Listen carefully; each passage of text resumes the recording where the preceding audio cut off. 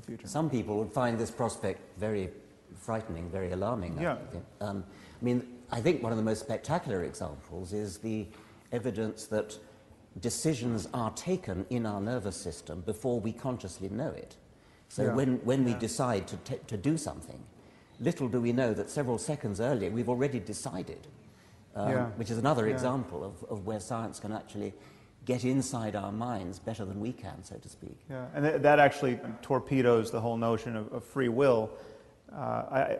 I think you actually don't need a notion of free will in order to have a notion of moral truth, and this is something that is very counterintuitive to people. But we know free will is a non-starter philosophically and scientifically. Now, many people struggle not to admit this, but however our mental life is caused, it is caused either by prior causes or by some randomness intruding, but whether it's purely deterministic or there's determinate causes combined with some randomness, neither offer a space for free will to operate. I mean, just imagine if all of your experience were caused by someone at a computer just determining what you feel and do and say and want.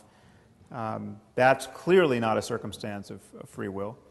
Now imagine if that person just was determining in all of that, but 10% of the time threw some dice or introduced some other mode of randomness into the process. That doesn't open up a space for free will. And we know, just as a matter of scientific fact, that everything you're consciously intending to do and wanting to do and judging to be good or bad is preceded by neural events of which you're not conscious. And of which you are not the author. We walk through life feeling that we're the conscious author of our thoughts, but you can't think a thought before you think it.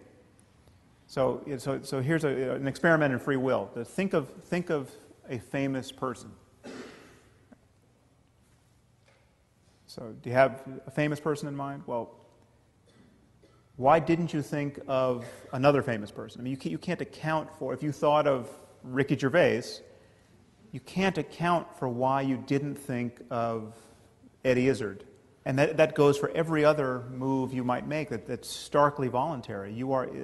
Things simply spring into consciousness. Now, the reason why this is not morally important is what we condemn in other people is not the fact that they really are the ground cause of their actions. What we condemn are intentions to do harm, and intentions are still part of the causal framework. I mean, I only reach for this water because I intend to reach for it. I want to drink it.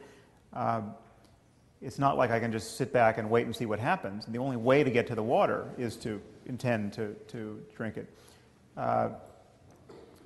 And so what we condemn in an evil murderer is not the fact that he truly and really and metaphysically is the source of his action. I mean, all these evil murderers have either bad genes or bad parents or bad lives or bad ideas or some combination thereof, and they're not the author of any of those things.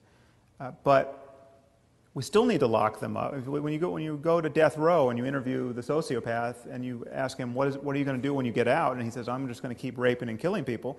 That should make it pretty clear that you want to keep him in there.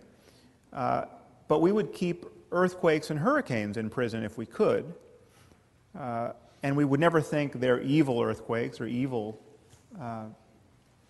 hurricanes. And so there's some things would change about our notion of retribution, say, but the idea that we would have to lock up killers is not one of them.